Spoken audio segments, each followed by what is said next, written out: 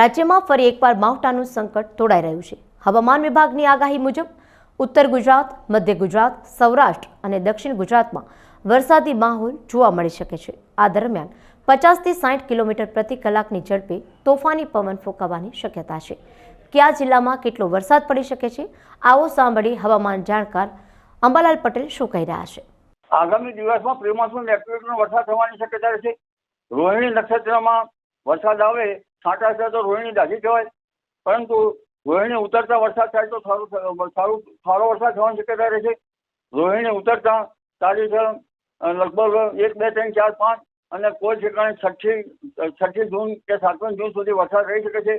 ખાસ કરીને 5મી જૂન સુધી વરસાદ રહી શકે છે ભિન્ન ભિન્ન ભાગોમાં ગુજરાતના।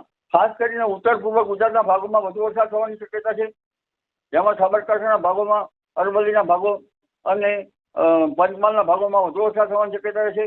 દાહોદ વગેરે ભાગોમાં વધુ વરસાદ થવાની શક્યતા રહેશે।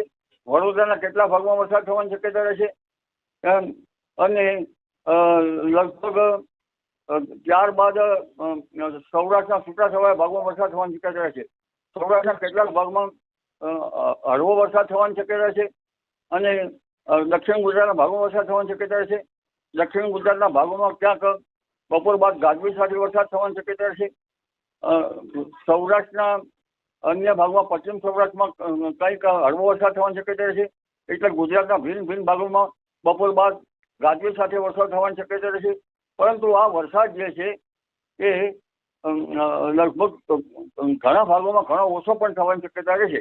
આપના પોતાના પ્લેટફોર્મ લલકારને લાઈક કરો, ફોલો કરો, સબસ્ક્રાઇબ કરો અને શેર કરો।